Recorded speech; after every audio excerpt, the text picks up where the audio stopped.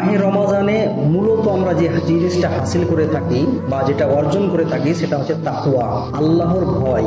আল্লাহর ভয় নিয়ে আমরা আমাদের জীবনকে পরিচালনা করব। আমাদের মধ্যে আল্লাহর ভয় থাকবে।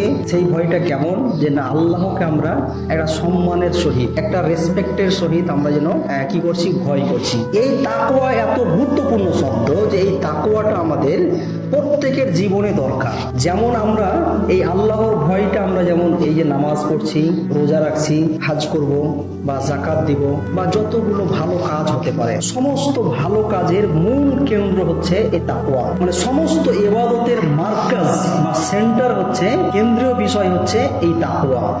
যে তাকওয়া বা আল্লাহর ভয় যদি না থাকে তাহলে এই ইবাদতগুলো কোনোটাই ঠিক হবে না। দ্বিতীয় বিষয় যেটা হচ্ছে যে আমাদের যতগুলো মুআমালাত আছে, আমাদের যতগুলো ডিলিংস আছে, আমরা যতগুলো কাজ কারবার করি,